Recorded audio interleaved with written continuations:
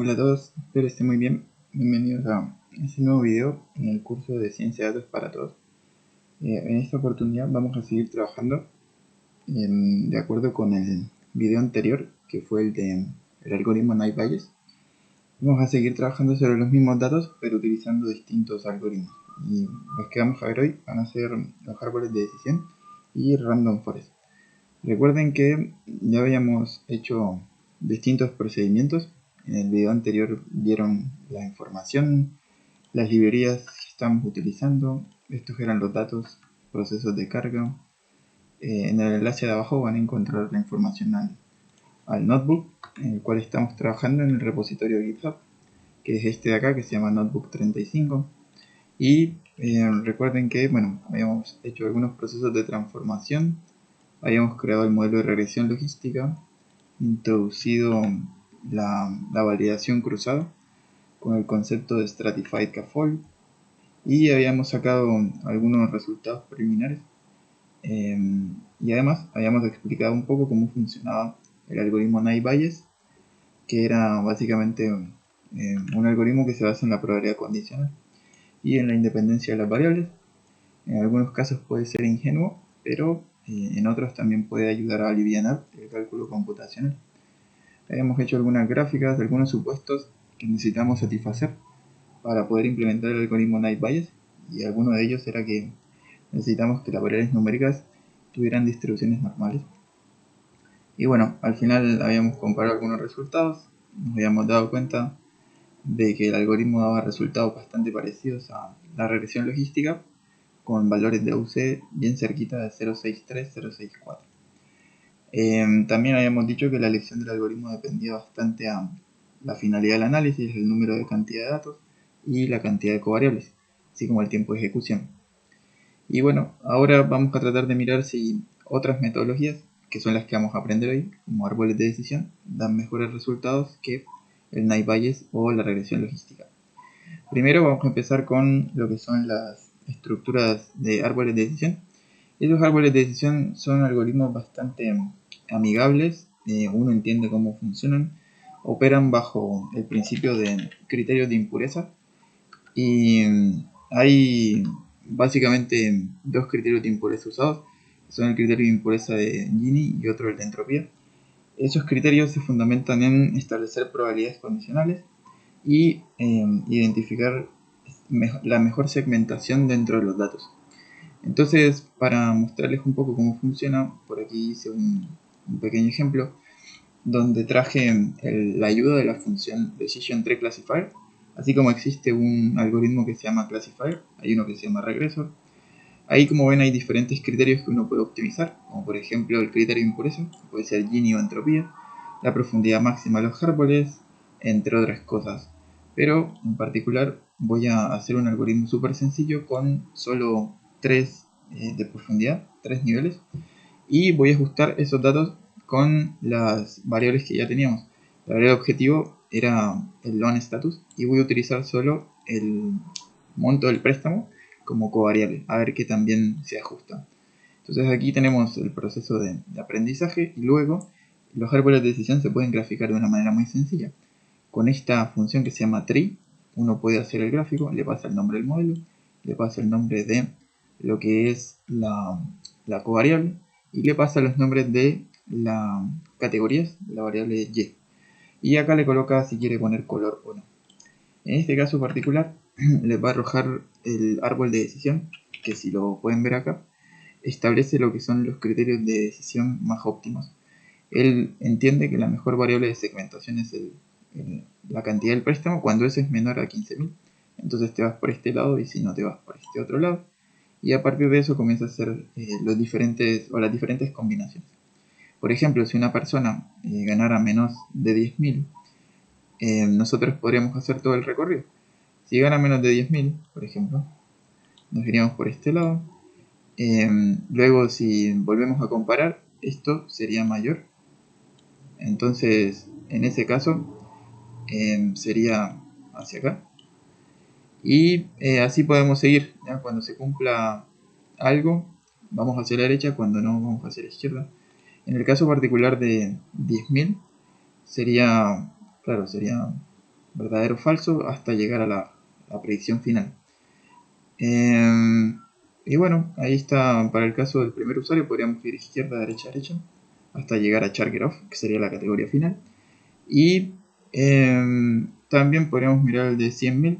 El recorrido sería derecha, derecha, derecha, porque claro, aquí la persona es mayor a esto, sí cumple, es mayor a esto, sí cumple, y de nuevo, llegamos acá. Aquí tenemos que comparar si es mayor a 30.000 o no. En este caso lo es, entonces va para la derecha.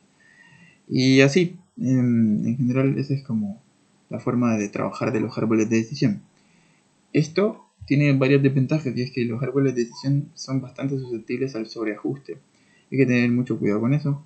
Además de que cuando tienen muchas covariables o variables X, no funcionan tan bien. Y por lo general pueden ser inestables, tener alta varianza, alto sesgo, depende de la información con la que se calibren. Sin embargo, tienen la ventaja de poder trabajar con entornos bastante no lineales. Para mostrarles un ejemplo, aquí desarrollé bueno, primero saqué unas predicciones respecto a la accuracy. Y bueno, en este caso el árbol de decisión, cuando se compara con los valores de test, da resultados relativamente buenos, si se quiere, 86% de accuracy. La accuracy es simplemente cuántas veces predijo bien del total. Y bueno, en este caso, para que vean la no linealidad de los árboles, lo que hice fue crear una estructura donde hice el ajuste sobre los datos y luego establecí una región de decisión. Entonces aquí hice un intervalo sobre el loan amount, que es lo que voy a utilizar como variable independiente, y también utilicé una covariable que es el annual income. Te puedo utilizar esas dos variables para predecir el loan status. Y con estas dos variables X voy a hacer un gráfico bidimensional para que vean cómo se generan las regiones de decisión.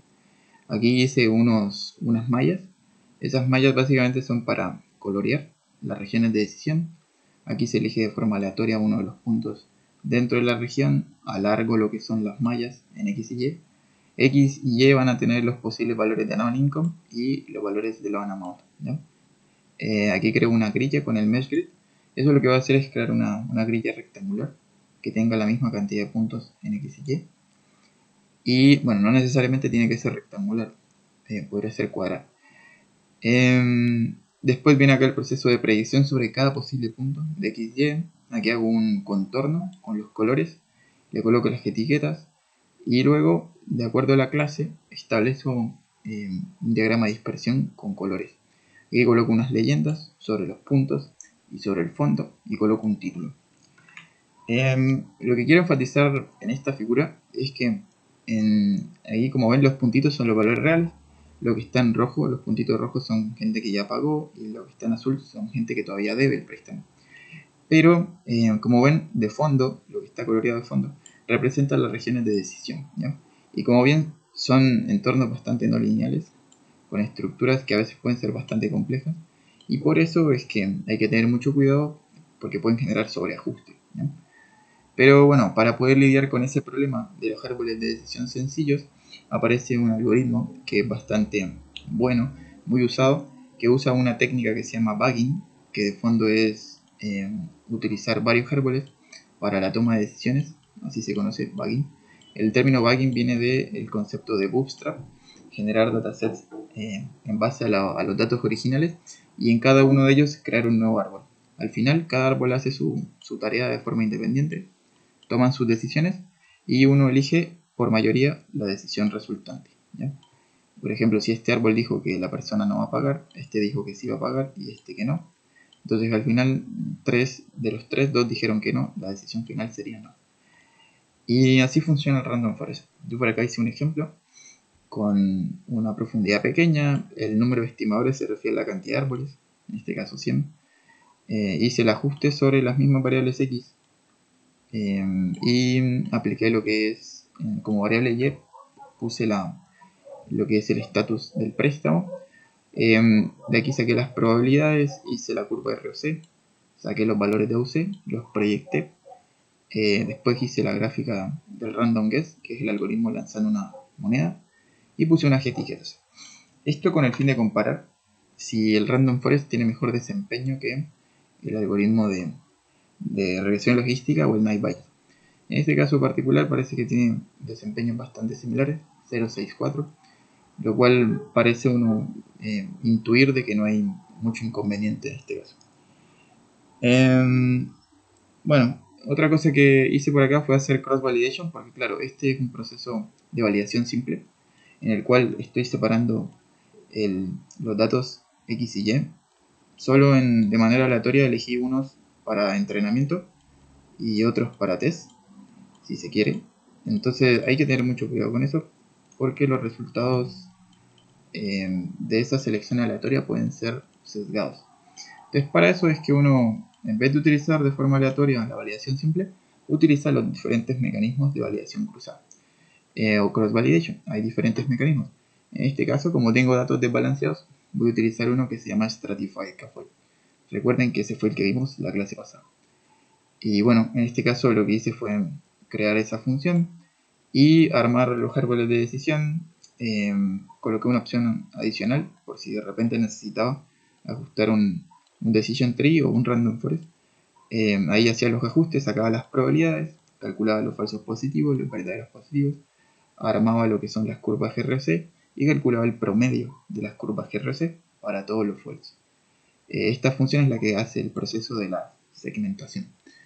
Y bueno, por acá, luego de implementar esa función, saqué dos algoritmos, uno basado en random forest, otro basado en árboles de decisión. Armé la línea diagonal del random guess, saqué la media del TPR para cada una de las validaciones y también saqué la media de la UC, porque esto lo hace en 5 fases, ¿ya? En 5 partes de los datos. Cuando tengo los valores medios los puedo reportar en la gráfica. Aquí grafico los valores medios de cada uno y después simplemente coloco los labels en X y Y para ver que también comparativamente funciona. Y el resultado en este caso, luego de la validación cruzada, va a ser lo que van a observar ahora. No son resultados muy distintos. Como ven, el decision tree sí cambia bastante, porque antes teníamos un valor de accuracy de 0.80 y algo, y ahora con los 5 false vemos que baja considerablemente, mientras que para el random forest el accuracy ya no es tan distinto a lo que habíamos hecho en principio. Así que el random forest parece ser un modelo más generalista y más eficiente. Y bueno, finalmente, para poder decidir cuál algoritmo funciona mejor, hice este mismo proceso de validación cruzada, pero con la regresión logística y con el Naive Bayes.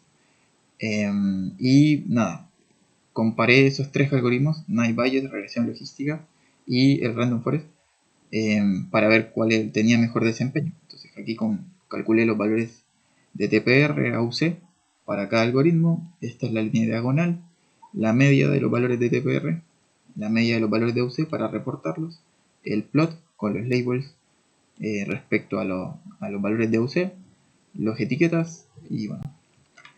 En este caso particular van a observar de que los resultados igual siguen siendo bastante similares.